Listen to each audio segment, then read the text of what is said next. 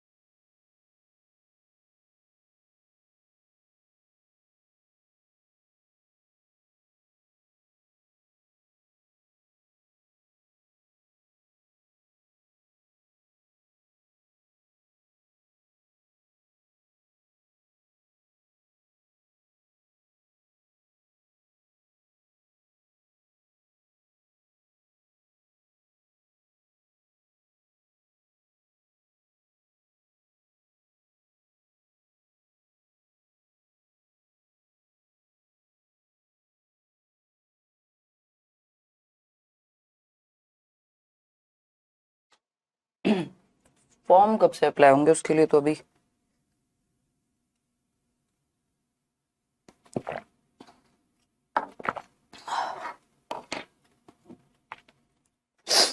देखिएगा। हाँ, चलिए।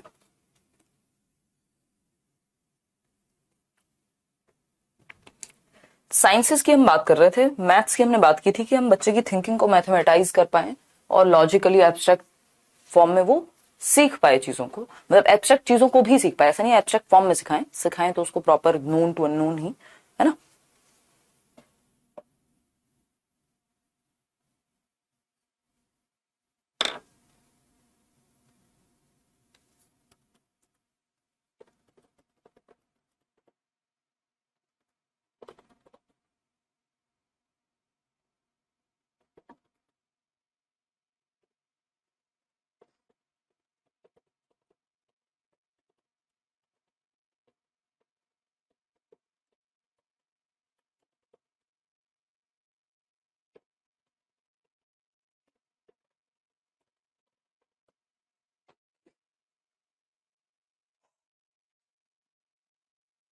हाँ, कोल्ड जैसा लग रहा है। कर रहे हैं स्टार्ट।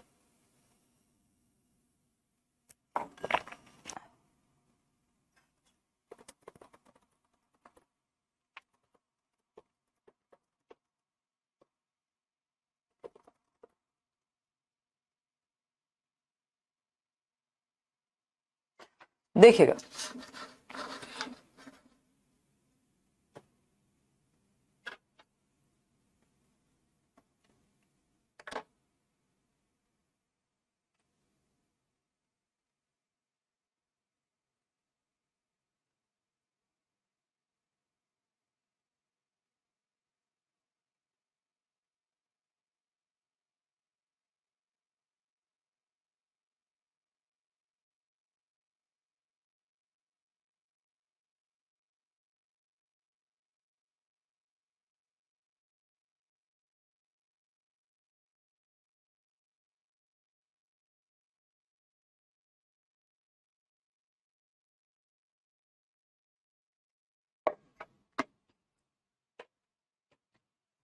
हम बात कर रहे थे साइंसेस की, यानी जो विज्ञान विषय हैं उनको कैसे सिखाएं, विज्ञान को कैसे सिखाएं, एनसीएफ क्या रिकमेंड करता है, इस पर चर्चा करते हैं फटाफट से।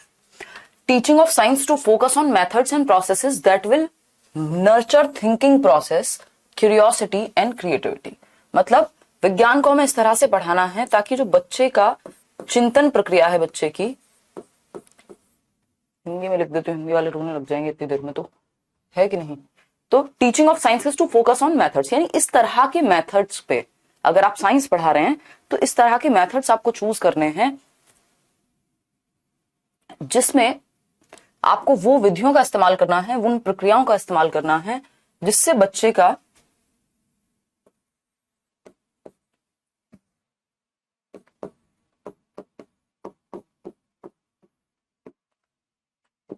विज्ञान पढ़ाते समय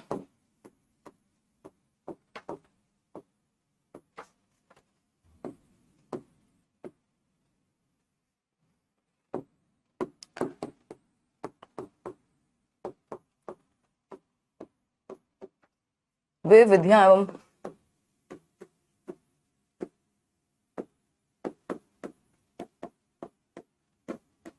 प्रक्रियाएं प्रयोग में लाई जाएंगी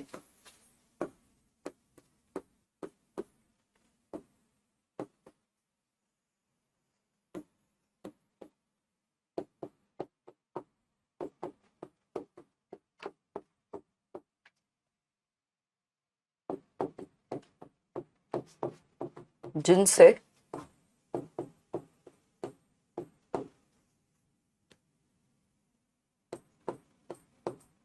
बच्चों की चिंतन प्रक्रिया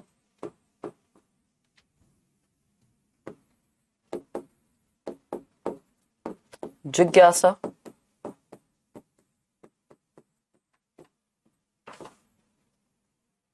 और रचनात्मकता को बढ़ावा मिले।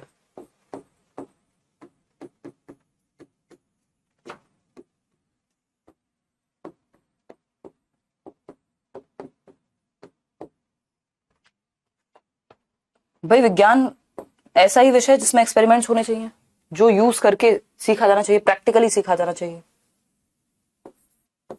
तो ऐसी ही विधियां और ऐसी ही प्रक्रियाओं का इस्तेमाल किया जाना चाहिए विज्ञान विषय पढ़ाते समय शिक्षकों को, या करिकुलम आपका वैसे ही प्लान होना चाहिए जिनसे बच्चों की चिंतन प्रक्रिया यानी सोचने की जो क्षमता है, उनकी जो थिंकिंग प्रोसेस है और उनकी जो क्यूरियोसिटी जिज्ञासा है, रचनात्मकता है, कुछ नया करने की क्षमता है, इन सब चीजों को बढ़ावा मिल सके, है ना।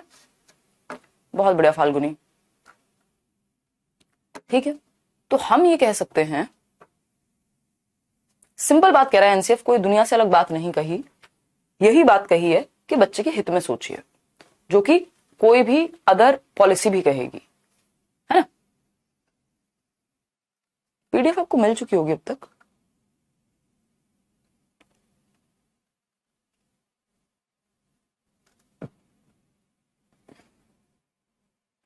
हाँ प्रगति, अभी जो कुछ टॉपिक्स कॉमन हैं, जो कॉमन है, मतलब कॉमन नहीं, सभी बैचेस के लिए कॉमन है, अदरवाइज आपकी क्लासेस अलग अलग हो जाएंगे। आ जाता है ना इतना समझ हुआ, हाँ फिर भी, लेकिन कुछ लोगों को नहीं आता है, वो परेशान हो जाते हैं बेहद, उनको लगता है कि एक एक चीज।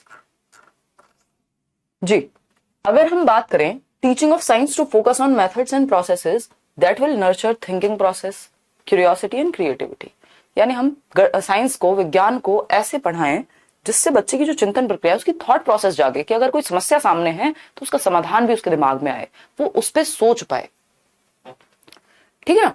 तो वो उस पर सोच पाए, नर्चर करें हम उसकी थिंकिंग प्रोसेस को, क्योंकि हमारा काम है बच्चे को हम सोचना सिखा पाए।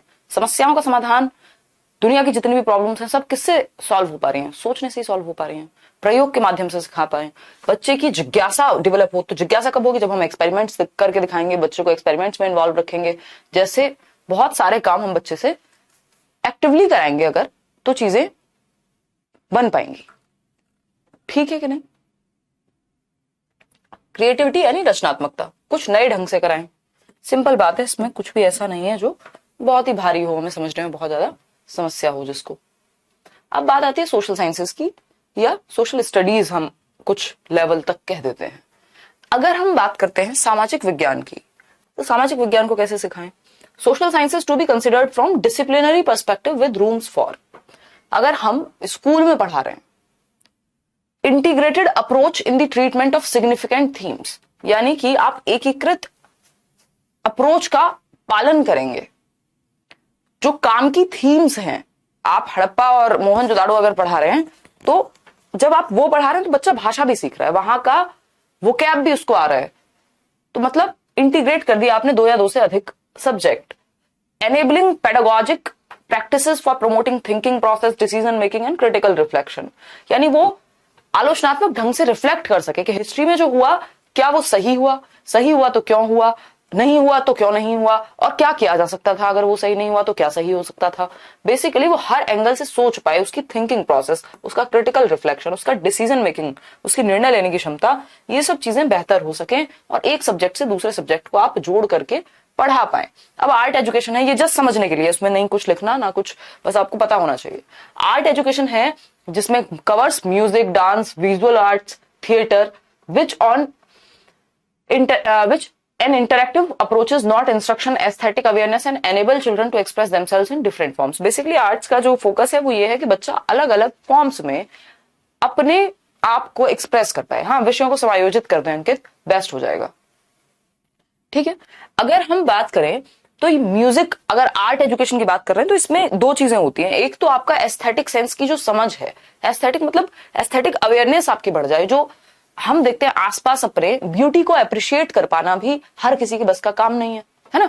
तो हम ये कह सकते हैं कि हमारा एस्थेटिक अवेयरनेस बढ़े, जिससे क्या होगा, बच्चे अपने आप को एक्सप्रेस कर पाए अलग अलग फॉर्म में। भाई कोई ड्राइंग करता है, कोई पेंटिंग करता है, कोई शायरी लिखता है, कोई गाने लिखता है, कोई कविता लिखता है ना, कोई कुछ और करता है। ये क्या हमारा एक्सप्रेशन ऑफ सेल्फ है कि हम अपने आप को अभिव्यक्त कर रहे हैं अलग अलग चीजों के माध्यम से, अलग अलग टूल्स के माध्यम से। ठीक है, तो इसमें म्यूजिक भी आ सकता है, भाई कोई डांस करके अपने आप को, कोई गाना गा के अपने आप को एक्सप्रेस कर सकता है, विजुअल आर्ट्स हो सकती है ना। इसके अलावा अगर हम बात करते हैं, थिएटर हो सकता है जिसमें बच्चे अलग अलग चीजों की प्रैक्टिस करें, तो इससे एस्थेटिक अवेयरनेस बढ़ेगी और बच्चा अपने आप को एक्सप्रेस करेगा। तो आर्ट एजुकेशन इस तरह की होनी चाहिए जिसमें बच्चे का एक्सप्रेशन बाहर निकल करके आए और वो ब्यूटी को एंजॉय कर पाए, उसको अप्रिशिएट कर पाए, है ना। Health and physical education, health ये सिर्फ सुनना है दीपक, ठीक है, अगर सुनने की इच्छा है तो सुनिए और ध्यान से सुनिए। ठीक, अगर हम बात करें हेल्थ एंड फिजिकल एजुकेशन की, हेल्थ एंड फिजिकल एजुकेशन की जब हम बात कर रहे हैं, शारीरिक शिक्षा की जब हम बात कर रहे हैं, तो यहाँ पे health depends upon nutrition and planned physical activities. तो आपके सिलेबस में भी ऐसी चीजें होनी चाहिए कि बच्चे को पता चल सके कि सही न्यूट्रिशन कैसे वर्क करता है, फिजिकल एक्टिविटीज सही कैसे होनी चाहिए, अगर कोई स्पोर्ट्स में बहुत अच्छा है तो उसको आगे कैसे लेकर के जाएं, यही सारी चीजें होंगी। एजुकेशन फॉर पीस, शांति के लिए शिक्षा, as a precondition to snub growing violence and intolerance. ये एक ऐसी बात है कि हमारे अंदर एक टॉलरेंस डेवलप हो सके। जो भी हम देख रहे हैं आसपास छोटी छोटी चीजों को लेके इंटॉलरेंस है ना, वायलेंस बढ़ता जा रहा है, जरा सी चीजों पे लोग एक दूसरे को उड़ाने की बात करते हैं, मारपीट मच जाती है जरा सी बात पे, किसी ने किसी की कार को हल्का सा टच कर दिया, इस बात पे आप देखेंगे रोड पे दंगे होने को तैयार हो जाते हैं, 2 लोगों के बीच, 4 लोगों के बीच, है ना। तो ये पीस एजुकेशन हमें सिखाती है, एजुकेशन फॉर पीस, कि हम टॉलरेंट बने एक दूसरे के धर्म के प्रति, एक दूसरे के विचारों के प्रति। जरूरी नहीं है ना कि 2 लोगों के विचार अगर सेम नहीं है या एक जैसी बात नहीं कर रहे हैं तो वो एक साथ नहीं बैठ सकते। भाई आपको भी वही मूवी स्टार पसंद होना चाहिए जो मुझे हो, और जो आपको पसंद हो वही मुझे होना चाहिए, जो मुझे हो वही आपको हो। ये क्या हुआ, ये बहुत ही तुच्छ बात हो गई।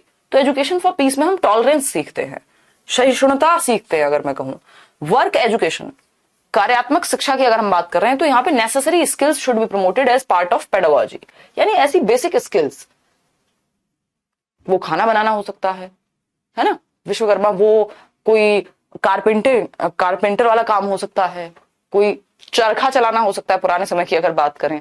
बेसिकली वो चीजें जो आपको एक थोड़ी अर्निंग भी दे सके और आपके जीवन यापन में मदद कर सके, वो वर्क एजुकेशन का पार्ट है। ठीक है, प्रणाम जी, आगे बढ़े राजभर।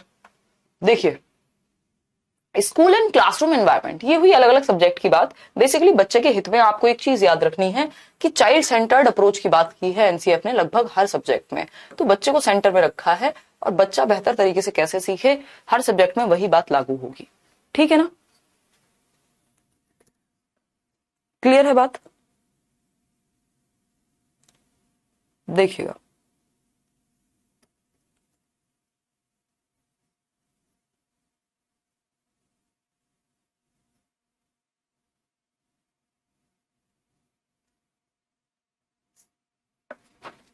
हाँ मैं एकदम ठीक हूं, थोड़ा बहुत जो है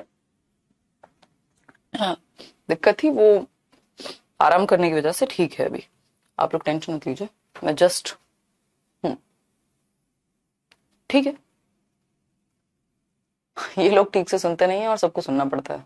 हाँ हुआ, ऐसा हो जाता है ना, क्या कर सकते हैं। अब अगली बार से इनको स्पेशली बोलना पड़ेगा कि जब आप एडमिशन लेते हैं तो क्या आप डेमो क्लास नहीं देखते हैं।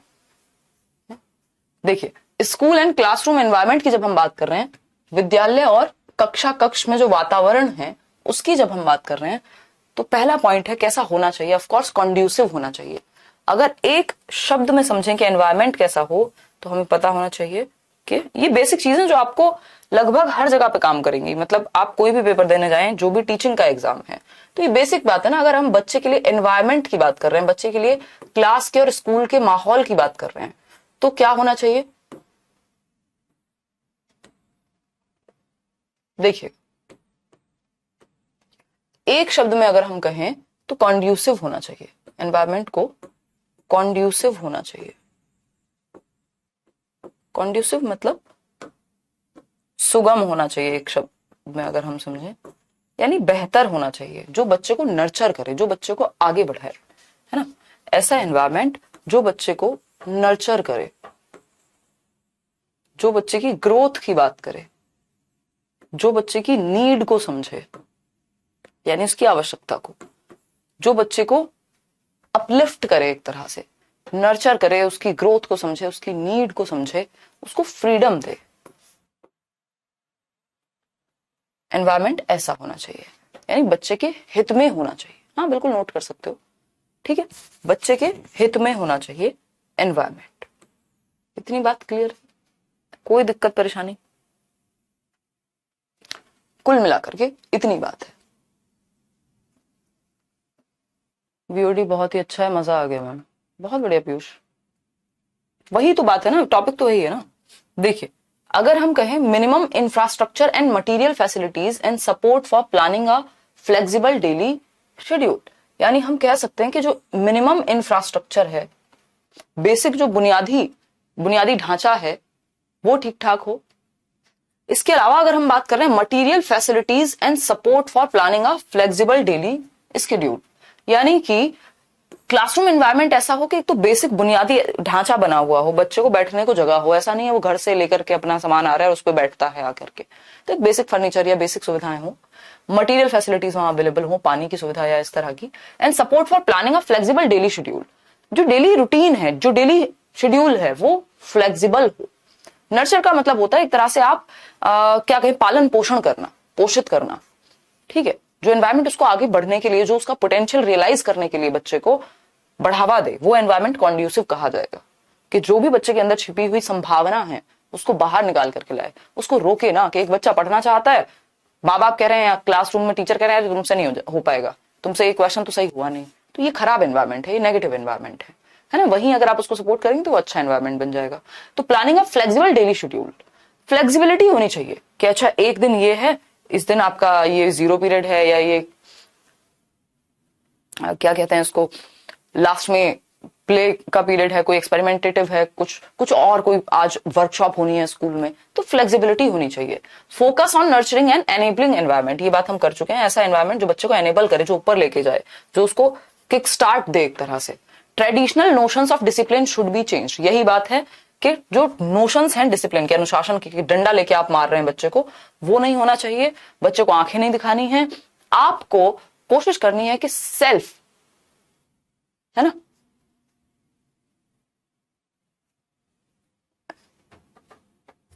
कौन सा दिनेश, कौन सा बैच? आपको इस बात पे ध्यान देना है कि कैसे हम,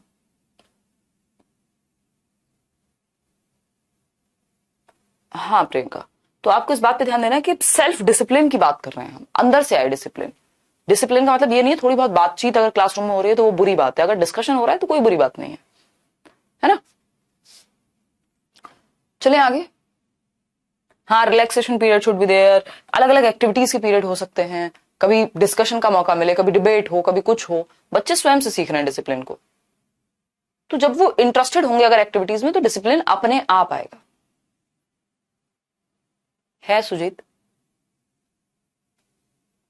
क्लियर है? चलिए,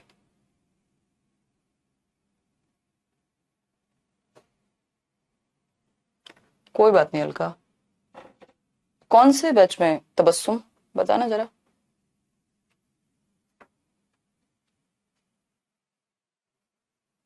हाँ,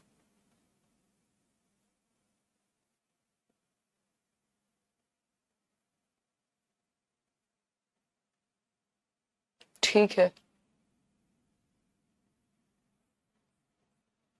देखते हैं एक बार। Discuss needs for providing space to parents and community, यानी हमको इतना स्पेस देना है, उतनी आजादी देनी है, उतनी फ्रीडम क्लास में होनी चाहिए कि पेरेंट्स और कम्युनिटी भी आकर के डिस्कशन कर सके, है ना। कि चाहे वो पीटीएम हो, चाहे वो कभी हम कम्युनिटी रिसोर्सेज को इस्तेमाल करते हैं कि क्लासरूम में मान लीजिए किसी बच्चे के पिताजी डॉक्टर हैं या माताजी डॉक्टर हैं, तो उनको बुलाया, उनसे डिस्कशन कराया, तो इससे क्या होगा, कम्युनिटी भी इन्वॉल्व हो रही है, कम्युनिटी का ही तो हिस्सा है ना हम, समुदाय का ही तो हिस्सा है ना हम, स्कूल क्या है, समुदाय का ही हिस्सा एक तरह से देखा जाए तो। ठीक है, क्लियर है।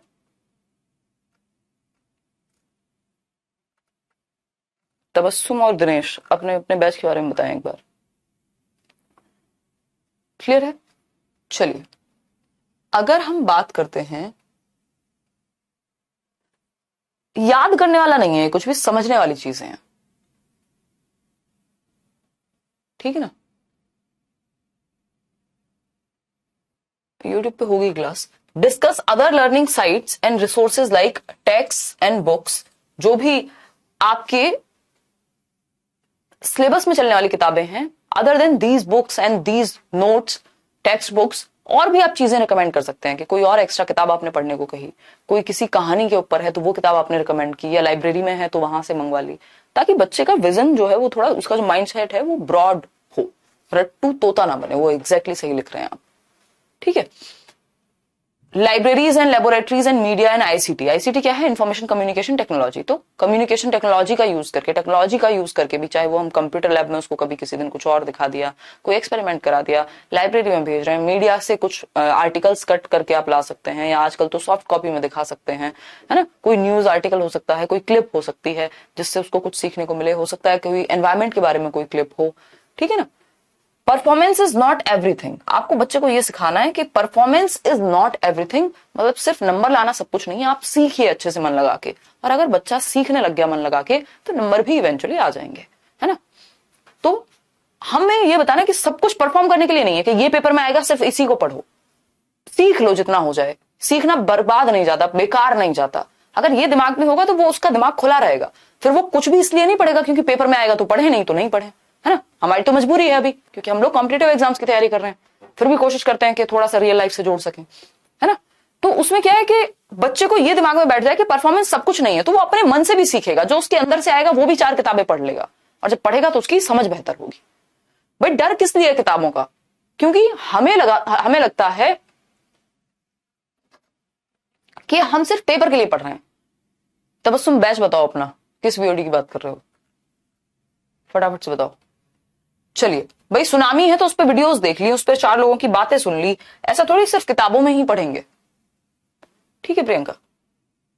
अब आती है बात, जब हम एलिमेंट्री एजुकेशन की बात कर रहे हैं तो कुछ चीजों पे ध्यान दिया जाना चाहिए। क्या है वो ध्यान देना, समझते हैं।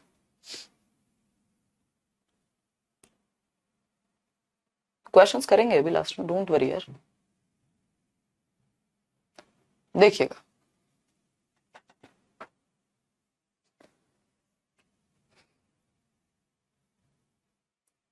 अगर हम बात करते हैं, हाँ yes Falguni, VODs video on demand, recorded videos.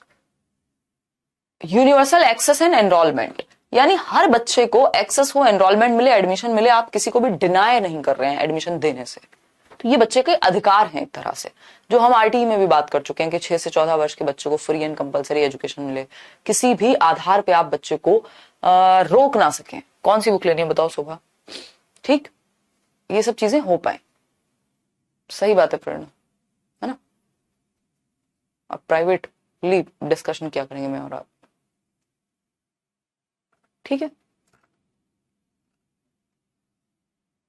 समझिएगा एक बार, अगर हम बात करते हैं universal retention of children up to 14 years of age and अब, मतलब हम यूनिवर्सल रिटेंशन, सार्वभौमिक रूप से हम रोक के रख सकें, बच्चा स्कूल छोड़ के ना जाए।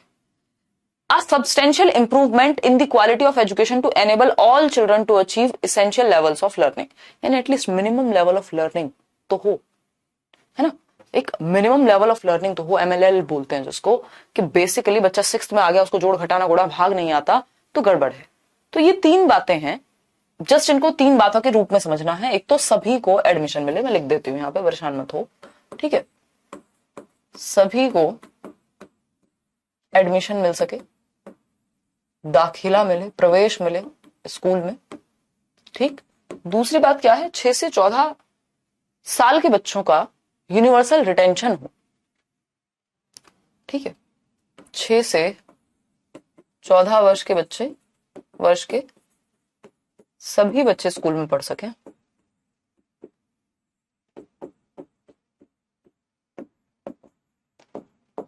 स्कूलों में पढ़ सके। मंडे से जहां तक है आपकी क्लासेस अलग अलग हो जाएंगी, फिर आप थोड़े से कम बेचैन रहेंगे। और तीसरी बात है, एक सब्सटेंशियल क्वालिटी एजुकेशन आए, है ना, इसेंशियल लेवल्स ऑफ लर्निंग आए, गुणवत्ता वाली शिक्षा, कि एटलीस्ट उसको पता तो हो, जितनी क्लास में वो है उसका आता तो हो उसको उस लेवल का। गुणवत्तापूर्ण शिक्षा, ठीक है, इतनी बात क्लियर है, ठीक है प्रिया।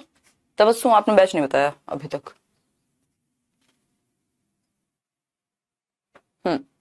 नहीं नहीं आदित्य, लेट्स लर्न पे कैसे चलेगा ये वीडियो, क्लास का वीडियो है ना तो। नहीं, ये सिर्फ 6 से 14 वर्ष के लिए, ये जो एंड लगा है ना, ये थर्ड पॉइंट के लिए लगा है। अगर डिसेबल्ड बच्चा है तो वो आरपीडब्ल्यूडी एक्ट में 6 से 18 किया हुआ है।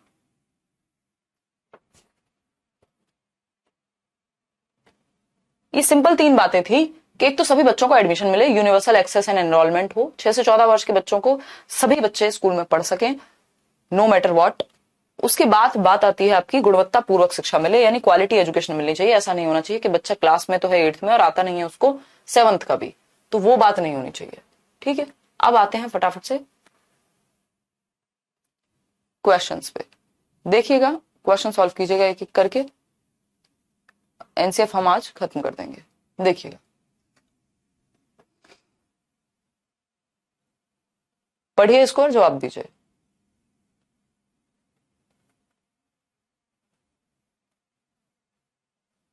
तबीयत ठीक है यार, थोड़ी थकान है बस, ऑल गुड।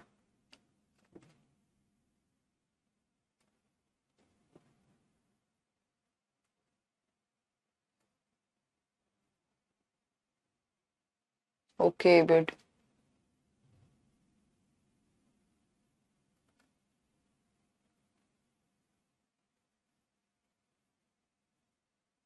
अच्छा, तो आप सीटेट के बैच में, चलिए बहुत बढ़िया पीयूष, आना भी चाहिए कॉन्फिडेंस सीडीपी को लेके, बिल्कुल। कितने एक्स्ट्रा कमेंट करते हैं कई लोग, बी ऑप्शन, ज्यादातर लोग बी ऑप्शन कह रहे हैं। चलिए समझते हैं, समझने का प्रयास करते हैं, देखते हैं। अगर हम बात करें, the national curriculum framework 2005 derives its understanding from, यानी राष्ट्रीय पाठ्यचर्या की रूपरेखा 2005 अपनी समझ कहां से प्राप्त करता है, बिहेवियरिज्म से, कंस्ट्रक्टिविज्म से, कॉग्निटिव थियरीज से, या ह्यूमनिज्म से। ये हम डिस्कस कर चुके हैं कि ये कंस्ट्रक्टिविज्म स्कूल पे आधारित है, रचनावाद। कंस्ट्रक्टिविस्ट क्या कहते हैं, जिसमें प्याजे हैं, वाइगोस्की हैं, कहते हैं बच्चे को एक्टिव रखिए, बच्चा कैन कंस्ट्रक्ट हिज और हर ओन नॉलेज। बच्चा सक्रिय रूप से, एक्टिवली, अगर आप उसको एक्टिविटी करने का मौका देंगे तो वो सक्रिय रूप से ज्ञान का निर्माण करने में सक्षम होता है। यानी चाइल्ड कैन कंस्ट्रक्ट हिज और her understanding of the world by activity, ठीक है। बच्चा सक्रिय रूप से ज्ञान का निर्माण करने में सक्षम है, ये कहता है कंस्ट्रक्टिविज्म, ठीक है, रचनावाद ऐसा कहेगा। फिर आते हैं क्वेश्चन नंबर 2, देखिएगा, जवाब दीजिए, पढ़िए और सोचिए क्या उत्तर इसका होना चाहिए।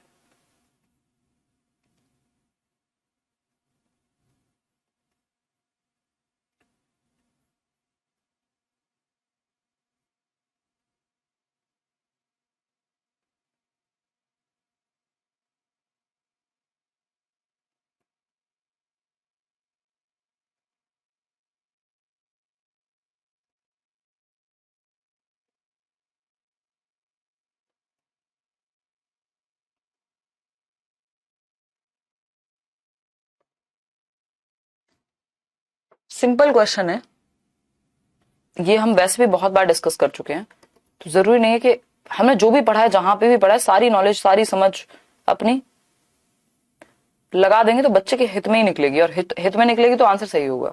90% चांस या 99% आंसर्स के जो भी उत्तर होते हैं वो बच्चे के पक्ष में होते हैं, चाहे चैप्टर कोई भी हो। सिंपल क्वेश्चन है, समझते हैं। अगर हम बात करते हैं तो क्वेश्चन है, according to NCF 2005 the role of a teacher, teacher का क्या रोल होगा। जब हम ये बात कर रहे थे शुरुआत में ही, जब हमने ये चैप्टर शुरू किया था, कि रचनावादी जो हैं वो ये मानते हैं टीचर क्या है, फैसिलिटेटर है, सुविधादाता है। आप जस्ट माहौल क्रिएट करेंगे क्लास में। अगर आपने एक पौधे को अच्छा एनवायरनमेंट दे दिया, जब जरूरत पड़ने पे उसका ध्यान रख लिया, एक्स्ट्रा जो भी घास उसमें उग रही है आसपास उसको हटा दिया, दैट मीन्स आपने फैसिलिटेट किया। तो आप जरूरत पड़ने पे वहां हैं, आप गाइड करने के लिए वहां हैं, बच्चे को जबरदस्ती खींचने के लिए वहां नहीं है। ठीक, तो फैसिलिटेटिव होता है रोल, सुविधादाता का रोल है। अगर हम एनसीएफ की बात करें या कंस्ट्रक्टिविज्म की बात करें, परमिसिव होता है बच्चे का जो मन करे, बच्चे सर पे चढ़ के नाच रहे हैं, वो नहीं होना चाहिए। अथॉरिटेटिव होता है आप अपनी ही चला रहे हैं, वो भी नहीं होना चाहिए। या कंट्रोल ज्यादा है, डिसिप्लिन ज्यादा है, वो ये पेरेंट्स के केस में सही है, लेकिन टीचर के केस में या तो डेमोक्रेटिक हो टीचर या फैसिलिटेटिव हो। डेमोक्रेटिक ही होगा अगर फैसिलिटेटिव है, तो इतना पक्का है। डिक्टेटोरियल नहीं होगा, क्योंकि हमें हिटलर नहीं चाहिए जो बच्चे का जबान निकलते ही उसको उसकी जान पे बात आ जाए। ठीक, तो टीचर के लिए जो बेस्ट रोल्स हैं वो या फैसिलिटेटिव होगा, बेस्ट है ना, कि वो फैसिलिटेटर हो। और इसका दूसरा मतलब हो गया डेमोक्रेटिक स्टाइल ऑफ टीचिंग, यानी कि वो लोकतांत्रिक शिक्षा की बात कर रहा है, जहां सबको अपनी बात कहने का अधिकार है, बच्चा अपने आप को प्रेजेंट करने में डरता नहीं है। हाँ, दोनों ही लैंग्वेज आपको वो कन्वर्ट करके देखनी पड़ती है। अगर आप इंग्लिश मीडियम से तो आपको हिंदी मतलब देख सकते हैं, आप दोनों ही लैंग्वेज देख सकते हैं पेपर में, सभी एग्जाम्स में इस तरह की सुविधा होती है ना। क्वेश्चन नंबर 3 देखिएगा एक बार,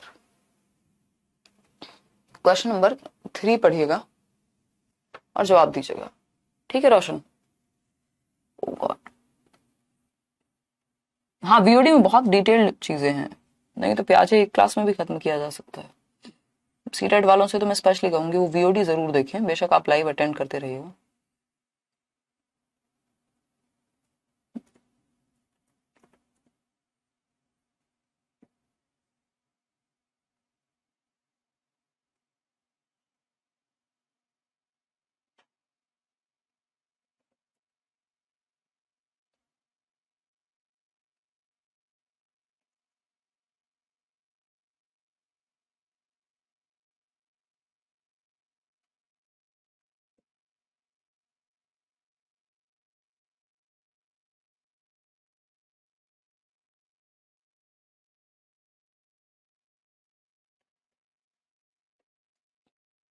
देखिएगा एक बार।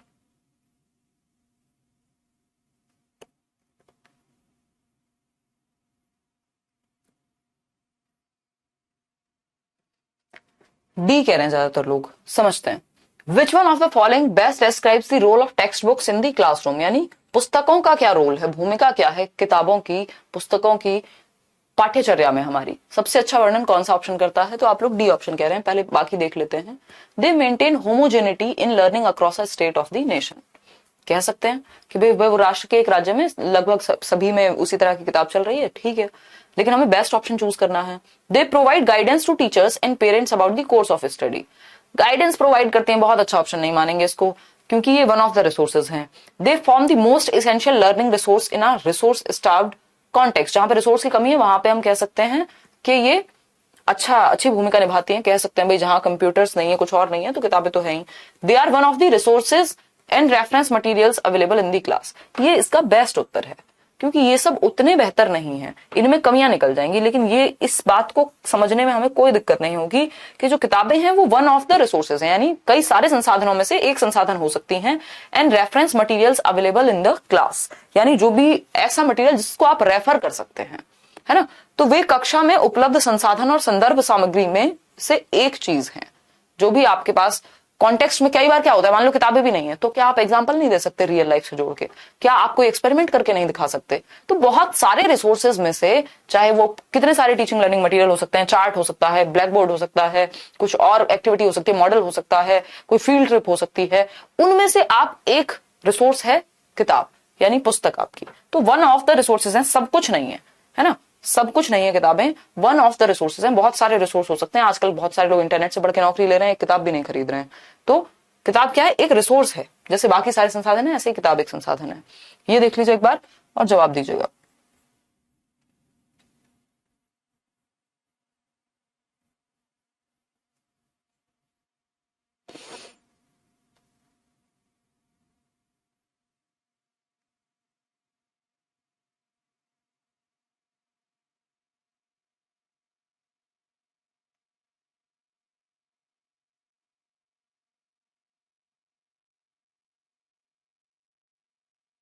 देखिएगा,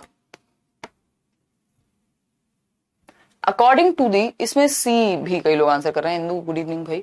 according to the national curriculum framework 2005, learning is dash and dash in its character.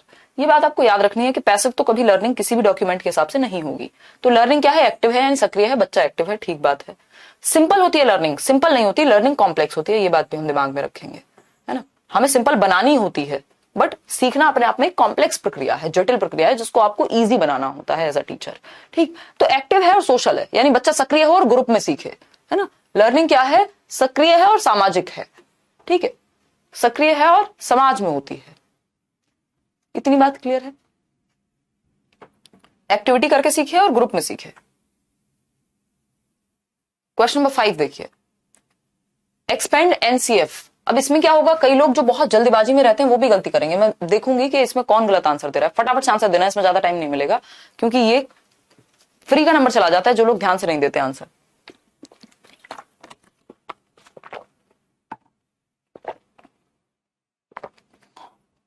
चलो इसमें तो सभी सही दे रहे हैं। एक्चुअली चक्कर क्या है कि इसमें टाइपिंग मिस्टेक है एक, कि दो ऑप्शन, अच्छा ओके ओके ओके, बी भी दे रहा है कोई। अगर ये बी ए की जगह लिखा होता तो बहुत सारे लोग शायद ये आंसर दे देते, तब गड़बड़ हो जाती। अभी आप मतलब ये कह लीजिए, अगर किस्मत जैसी कोई चीज होती है कि किस्मत अच्छी थी कि ए ऑप्शन सही लिखा हुआ था। हमारा ध्यान क्या होता है, हम पहला ऑप्शन पढ़ते हैं, बाकी पे ज्यादा ध्यान नहीं देते।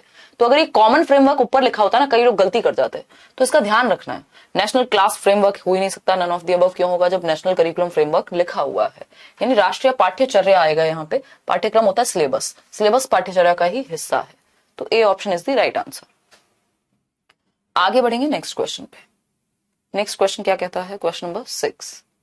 क्वेश्चन नंबर 6 कहता है, several studies have shown that bilingual proficiency raises the level of. अभी हम बात मल्टीलिंगुअलिज्म पे भी करेंगे। किस पे करेंगे बात, बहुभाषिता पे भी करेंगे अभी हम बात, है ना, कि कई भाषाओं का प्रयोग किया जाना चाहिए। क्योंकि जब हम बात कर रहे थे ना 3 लैंग्वेज फॉर्मूला की, तो उसमें मल्टीपल लैंग्वेज अपने आप शामिल है कि कई भाषाएं सीख पाए बच्चा। ठीक, several studies have shown that bilingual proficiency raise the level of, यानी कई अध्ययनों से ये पता चलता है कि द्विभाषी प्रवीणता का जो स्तर है, यानी यदि बच्चा 2 भाषाएं जानता होगा तो क्या होगा, वो उसके कॉग्निटिव ग्रोथ के लिए बेहतर होगा। क्या है, उसके संज्ञानात्मक ग्रोथ के लिए बेहतर होगा, सामाजिक टॉलरेंस के लिए बेहतर होगा, डाइवर्सिफाइड थिंकिंग हो सकती है उसकी। सारी ही बातें सही है, कोई दिक्कत इस बात को समझने में नहीं है। इससे हम एक और पॉइंट समझते हैं, एक और पॉइंट समझते हैं। हाँ, ये उस पॉइंट को समझने के बाद आप इजीली कर पाएंगे। देखिएगा, अगर हम बात करते हैं एनसीएफ, जब बात कर रहे थे हम 3 लैंग्वेज फॉर्मूला की, वहीं पे एक और चीज ऐड होती है, मल्टीलिंगुअलिज्म, यानी बहुभाषिता। क्या है, मल्टीलिंगुअलिज्म, यानी भारत क्या है, एक बहुभाषी देश है ना, बहुभाषिता। ठीक है, भारत यानी इंडिया एक बहुभाषी देश है, मल्टीलिंगुअल कंट्री है। ठीक, मतलब कई सारी भाषाएं यहाँ पे चलती हैं। एक बच्चा होगा जिसकी मदर टंग गुजराती होगी, एक बच्चा होगा जिसकी मराठी होगी, एक बच्चा हो सकता है क्लासरूम में बैठा हुआ जिसकी पंजाबी हो, एक बच्चा हो सकता है भोजपुरी हो, एक बच्चा है जिसकी हिंदी है, एक बच्चा हो सकता है इंग्लिश भी हो, है ना। तो इस केस में कई सारी भाषाएं बोलने वाले बच्चे क्लासरूम में हो सकते हैं। तो जब हम बात करते हैं यूनिटी इन डाइवर्सिटी की, तो बहुभाषिता एक अच्छी चीज हुई या बुरी चीज हुई, बिल्कुल एक अच्छी चीज हुई। तो मल्टीलिंगुअलिज्म क्या होना चाहिए यहाँ पे, मल्टीलिंगुअलिज्म इज अ रिसोर्स। देख पा रहे हैं यहाँ पे, हाँ। तो मल्टीलिंगुअलिज्म यानी बहुभाषिता, as per NCF, multilingualism is a resource. क्या है? संसाधन है। बहुभाषिता एक संसाधन है।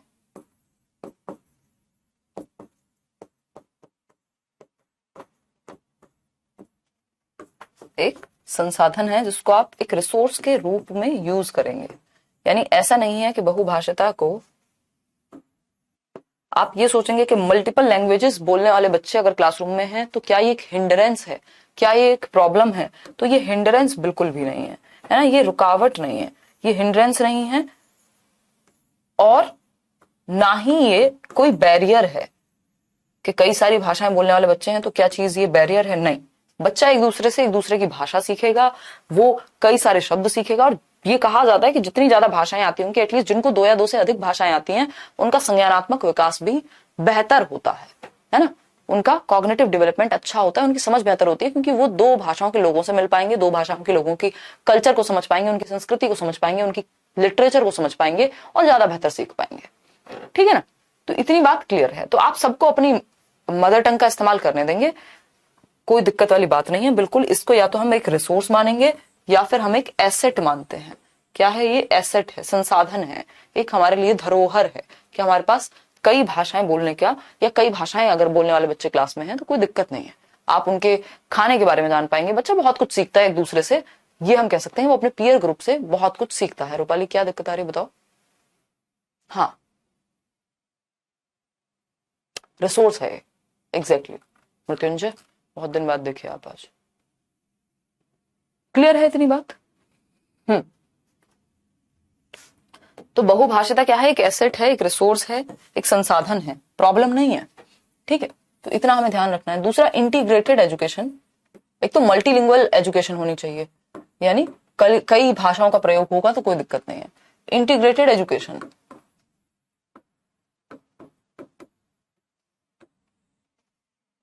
या मल्टी डिसिप्लिनरी आप कह सकते हो, दूसरे शब्दों में थोड़ा सा अंतर होता है दोनों में।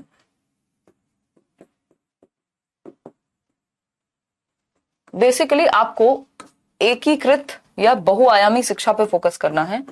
एकीकृत शिक्षा यानी एक सब्जेक्ट से दूसरे सब्जेक्ट को जोड़ करके सिखाना है। यानी मैथ्स जब आप सिखा रहे हैं तो फिजिक्स की भी कुछ चीजें कॉमन होंगी। जब आप हिस्ट्री पढ़ा रहे हैं और हिस्ट्री में कोई एक टॉपिक समझा रहे हैं तो उस समय बच्चा जो उस टॉपिक को समझने के लिए लैंग्वेज का प्रयोग हो रहा होगा, तो बच्चे को भाषा भी सीखना आ रहा है। जब आप कोई पोयम पढ़ते हैं आजादी के बारे में तो आप हिस्ट्री भी जान रहे हैं और आप लैंग्वेज भी पढ़ रहे हैं, यानी 2 सब्जेक्ट मर्ज हो गए, एक साथ जोड़ दिए गए। तो ये एकीकृत, इंटीग्रेट करके पढ़ाना, मल्टीपल डिसिप्लिन को एक साथ जोड़ करके पढ़ाना। ठीक है ना? क्या है? मल्टीपल डिसिप्लिन को एक साथ जोड़ करके पढ़ाना। ठीक है, क्वेश्चन करना उद्देश्य नहीं है आप में से जो भी लोग परेशान हो रहे हैं।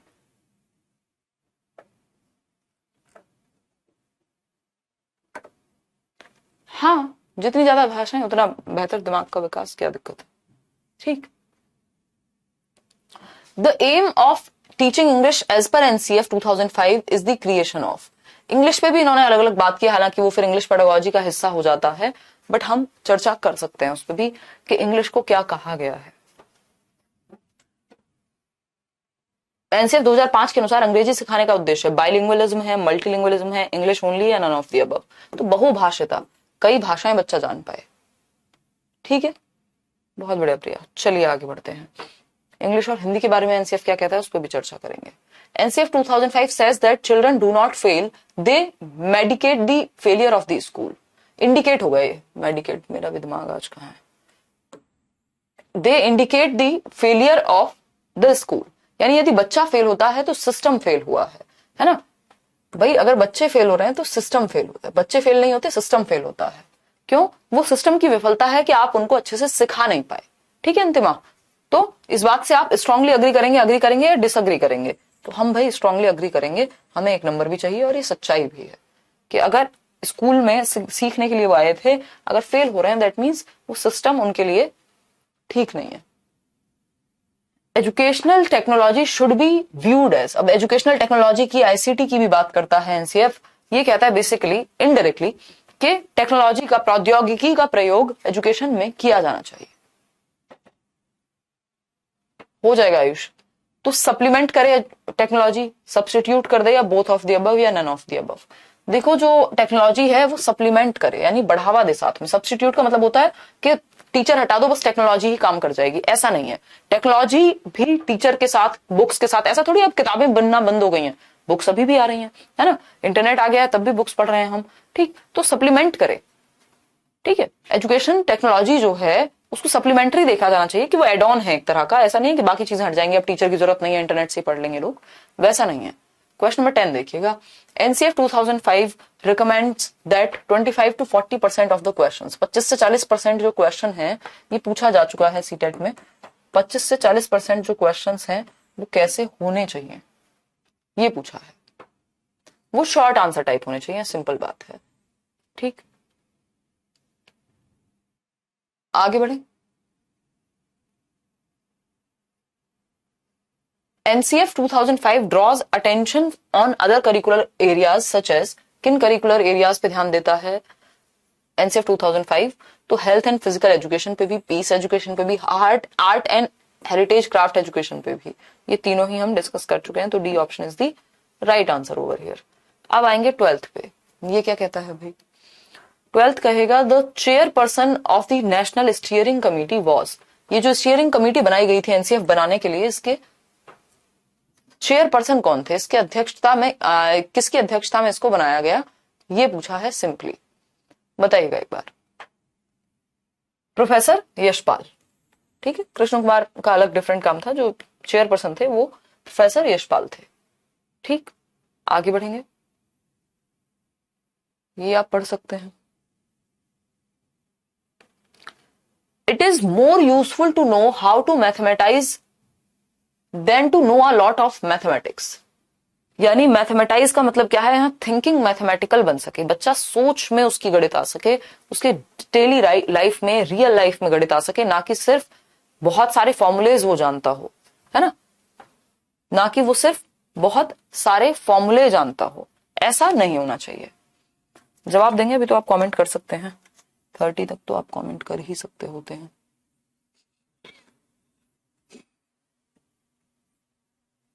बताइएगा फटाफट से।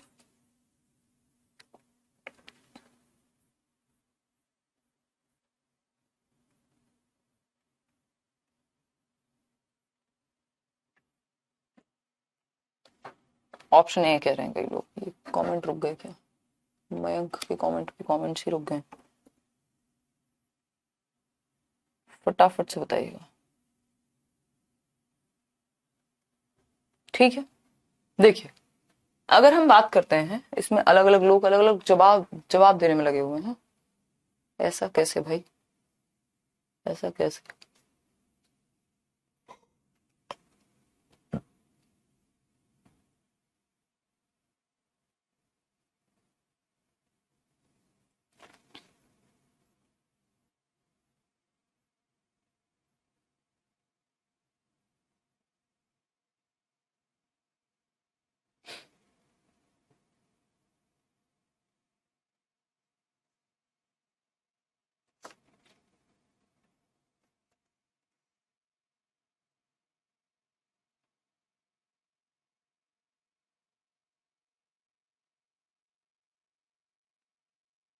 कमेंट्स तो आपके अब चल नहीं रहे मुझे लगता है।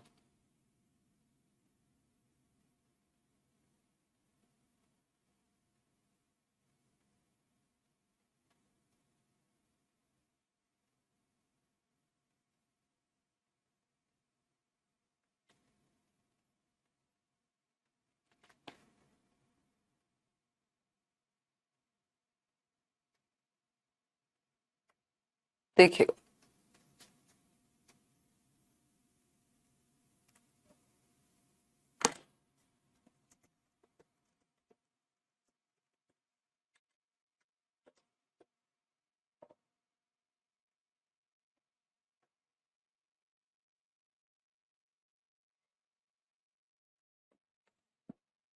इसका आंसर था डेविड व्हीलर। आगे बढ़ेंगे 14th क्वेश्चन पे। One main goal of mathematics education in schools क्या हो सकता है? न्यूमरेसी डेवलप हो, मैथमेटाइज करें बच्चे की थॉट प्रोसेस को, यही सिंपल बात है, घूम फिर के यही बात पूछी जा रही है कि उसके थॉट को, उसकी विचार प्रक्रिया को हम गणितीय बना पाए, टीचिंग शुड एम एट, पढ़ाना जो है वो किस चीज पे एम करे, बताओ फटाफट। Enhancing children's natural desire and strategies to learn, बिल्कुल सही बात लग रही है कि बच्चे की जो आंतरिक इच्छा है, जो प्राकृतिक इच्छा है, उसको हम बाहर ला पाए। Reading the lessons in the text book, class work, homework, सब बेकार बात। ठीक, लास्ट क्वेश्चन है आज के लिए। अकॉर्डिंग टू एनसीएफ 2005, अभी हम इंग्लिश और हिंदी पे भी बात करेंगे, एनसीएफ क्या कहता है। Media and educational technologies are significant but the teacher remain central, बिल्कुल सही बात है। Media and educational technologies are more important than the teacher, ऐसा नहीं है। Teachers are not required in schools, ऐसा भी नहीं है। Media and educational technologies are significant, यानी एजुकेशन में जो टेक्नोलॉजी का यूज हम कर रहे हैं, जो मीडिया का यूज हम कर रहे हैं, वो भी अच्छी है, जरूरी है, बट टीचर भी जरूरी है। ऐसा नहीं कि टीचर को वो रिप्लेस कर देंगी या आप सिर्फ एजुकेशन से या टेक्नोलॉजी से आप पढ़ लेंगे, टीचर की आवश्यकता हमेशा रहेगी। ठीक है, एक और चीज है, क्योंकि भारत एक मल्टीलिंगुअल देश है ना, एक मल्टीलिंगुअल कंट्री है जहां पे बहुभाषाएं बोली जाती हैं, कई भाषाएं बोली जाती हैं। तो एक मल्टीलिंगुअल कंट्री में इंग्लिश को एक, चलो इसको जब लैंग्वेज की बात आई ना, ये सीटेट वालों के लिए महत्वपूर्ण है, वैसे तो आता नहीं है कहीं, इसको अभी के लिए छोड़ ही देते हैं। बट हाँ, आपको ये याद रखना है कि इंग्लिश एक ग्लोबल लैंग्वेज है अगर हम मल्टीलिंगुअल कंट्री की बात करते हैं। और अगर हम इन जनरल बात करते हैं, हमारे जो नेशनल लैंग्वेज है यहाँ की, जो राजभाषा है, वो हिंदी है। राष्ट्रभाषा हमारी कोई भी नहीं है अगर देखा जाए तो, इस बात को हम थोड़ा सा ध्यान रखेंगे। और ये लैंग्वेज वाली क्लास नहीं है, नहीं तो इस पर और चर्चा कर लेते। आज के लिए इतना ही रखेंगे। होपफुली आपको ये सेशन पसंद आया होगा। आज एनर्जी थोड़ी क्या काफी डाउन थी, बट मैनेज किया होगा आप लोगों ने भी, और मैंने भी आपके साथ मैनेज किया है। कल मिलते हैं और नेक्स्ट टॉपिक करेंगे। एनसीएफ जितना जरूरी था, जो जो पॉइंट जरूरी थे, वो हमने डिस्कस कर लिए हैं। इससे ज्यादा एनसीएफ हमें डिस्कस करने की आवश्यकता अभी तो नहीं है एटलीस्ट। चलिए, टेक केयर, बाय बाय, कल मिलेंगे।